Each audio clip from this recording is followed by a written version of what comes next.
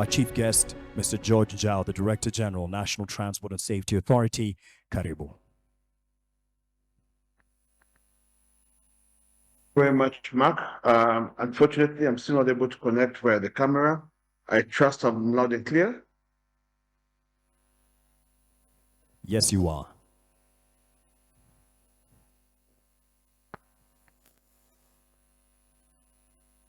Hello, Mark. I trust I'm loud and clear.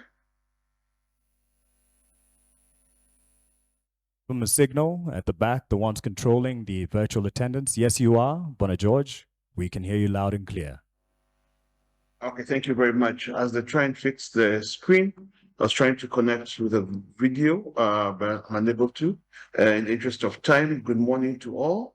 And thank you very much for gracing this great occasion. And we're glad to be here. My sincere apologies.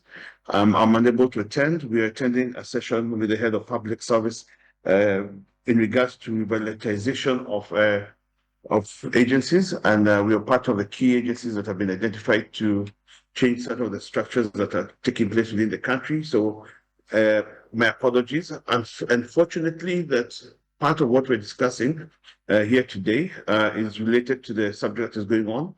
And yes, I've been paying keen attention to what has been transpiring in the last few speakers. Recording in progress. Give some context in regards to the data and the reasons why data is important to us making qualified and quantified decisions.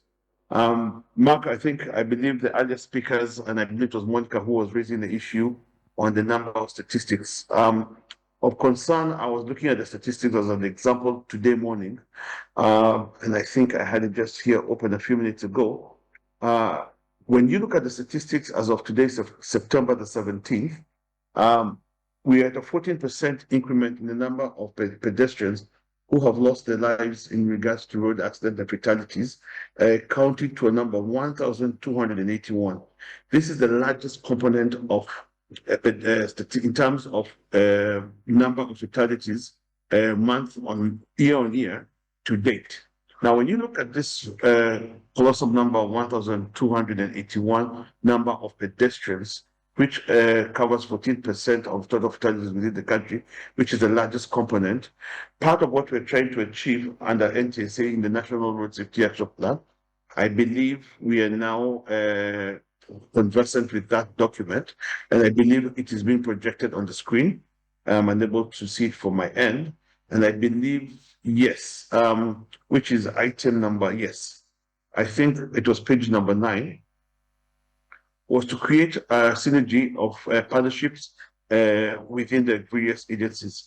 If you look at page number 9, okay, as he's opening page number 9, and I'll come back to this slide, what we are undertaking is to have a systematic coordination of the delivery of partnerships, and is one of the reasons why we're here today, where we're bringing together all the critical stakeholders, partners, friends of safety, non-state actors, all into one room to be able to address the matters related. This was identified as priority area number 1. The reason being is that we had a segregated methodology of approaching safety, and hence, when we evaluated it, it was increasing the number of fatalities because a lack of coordinated efforts. And let me take a good example to the case of the COVID pandemic. One of the success factors in the case of the COVID pandemic, when you look at it, was the coordination and dissemination of information aggressively to all parties in regards to the transmission of the virus, and also how to eradicate it and how to prevent it. And hence, you could see that there was an increased number of masks that were being worn, social distance was maintained, and an all-government approach was then enforced to even include curfews across the board. In the case of road safety, when we look at the pandemic, what is referred to back in the day as the aggressive engagement done by the former cabinet secretary, the late Dr. Mituki, part of the areas that he identified as a causal factor towards fatalities was related to issues related to wearing of seatbelts, the issue of excess passengers, the issues related to speed, and areas such as that. And when you look at the coordinated efforts that were undertaken back in the time, they were very successful. Unfortunately, were never sustained to a state where we're now seeing a degradation and some of those habits creeping back. So as NTSA, on the 17th of April this year, we worked with various stakeholders, all who are in this room today, and we came up with the National Road Safety Action Plan. Under the National Road Safety Action Plan, and if you look at area number 8, which is what you're looking at the priorities, we have identified out of the 8 priority areas, matters related to database monitoring and evaluation. We need to now go back and evaluate the data that we're receiving to be able to have conclusive, factual, specific action plans to help reverse the issues and the kind that we're experiencing. For example, if you look at the case of the two-wheelers called the border, amazingly, you'll see that there is a certain slight reduction in regards to the fatality rate. However, there's an increase in the rate of fatalities related to pedestrians.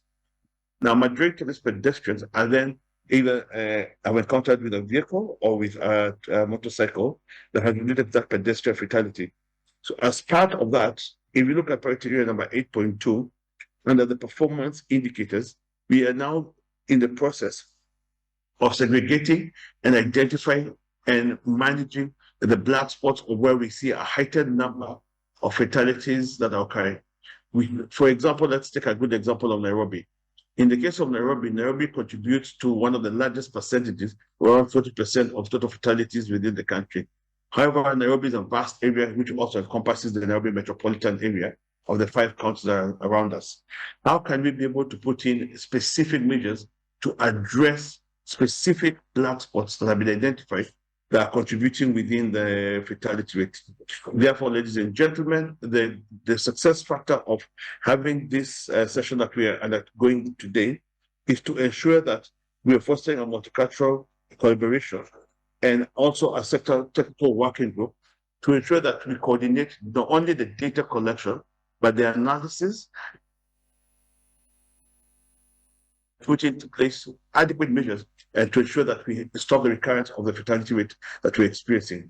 So I am grateful, and unfortunately I'm not there, but my team is ably well represented, led by the Deputy Director, Dr. Duncan Kipogong, there's the manager of the road safety programs, the data analyst, the data collection, Madam Asumta, together with the rest of the team. I believe about 8 or 9 of my team are there in place, and we shall be able to support the activities taking place and resource them accordingly. And more importantly, then further coordinate the item number 8.1, where we're developing a national road safety database to ensure we see a progressive reduction in regards to fatalities and ensuring a vibrant under 8.5, the multi-sectoral technical working group that will be able to then manage the data going forward. So without further ado, I'm glad to be here today, and I will be joining in virtually throughout the rest of the conference, and I'm available for any questions or comments as you undertake the sessions. Thank you, and blessed day ahead. Asante sana. Yes.